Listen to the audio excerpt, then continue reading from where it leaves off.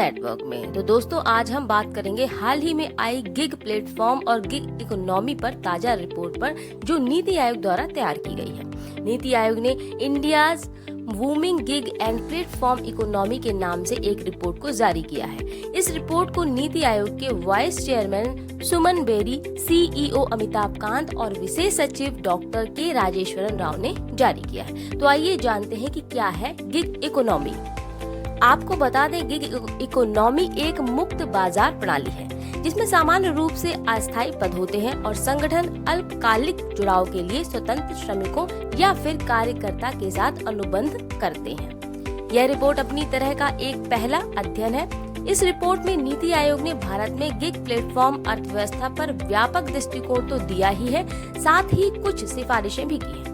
आपको बता दें, रिपोर्ट में इस गिग क्षेत्र के वर्तमान आकार और रोजगार सृजन की क्षमता का अनुमान लगाने के लिए वैज्ञानिक पद्धति संबंधी कई दृष्टिकोण भी शामिल किए गए हैं। वहीं नीति आयोग के उपाध्यक्ष सुमन बेरी ने कहा कि यह रिपोर्ट गिग क्षेत्र की क्षमता को समझने और गिग और प्लेटफॉर्म के काम पर भविष्य के शोध और विश्लेषण को आगे बढ़ाने में एक मूल्यवान ज्ञान संसाधन बन जाएगी। नीति आयोग के सीईओ अमिताभ कांत ने भारत में बढ़ते शहरीकरण, इंटरनेट, डिजिटल टेक्नोलॉजी और स्मार्टफोन तथा व्यापक पहुंच को देखते हुए गिग क्षेत्र की रोजगार सृजन क्षमता पर प्रकाश डाला।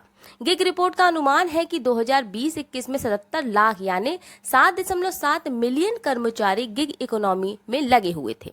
वहीं एक अनुमान के हिसाब से गिग वर्कर की तादाद 2019 से 30 तक 2.35 करोड़ यानी 23.5 मिलियन तक बढ़ने की उम्मीद को भी जताया गया है। वर्तमान में लगभग 47% गिग वर्कर्स मीडियम स्किल के हैं, लगभग 22% हाईली स्किल्ड हैं और लगभग 31% लो स्किल्ड वर्कर नौकरियों में हैं।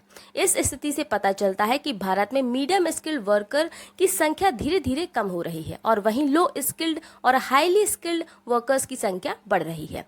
गिग प्लेटफॉर्म क्षेत्र की क्षमता का उपयोग करने के लिए रिपोर्ट में प्लेटफॉर्म के साथ लोकल और ग्रामीण स्ट्रीट फूड आदि बेचने के व्यवसाय में लगे सेल्फ एम्प्लॉयड व्यक्तियों को जोड़ने के लिए विशेष रूप से प्लेटफॉर्म में जुड़ने को लेकर डिजाइन किए जाने की सिफारिश भी की गई है। वहीं अन्य सिफारिशों में गिग और प्लेटफॉर्म वर्क फोर्स के आकार का अनुमान लगाने के लिए एक अलग से एनालिसिस और ऑफिशियल काउंट यानी श्रम बल का सर्वेक्षण के दौरान जानकारी एकत्र करना भी शामिल है, ताकि गिग श्रमिकों की पहचान आसानी से की जा सके।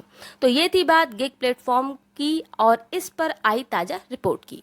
तो ये थी गिग इकोनॉमी से जुड़ी महत्वपूर्ण बातें, जिससे स्किल्ड मैन पावर और सभी प्रकार के वर्क फोर्स को जानना जरूरी है आपके लिए। ये थी पूरी बात। जुड़े रहिए अन्य खबरों के लिए एन वर्ल्ड पर। फिलहाल नमस्कार।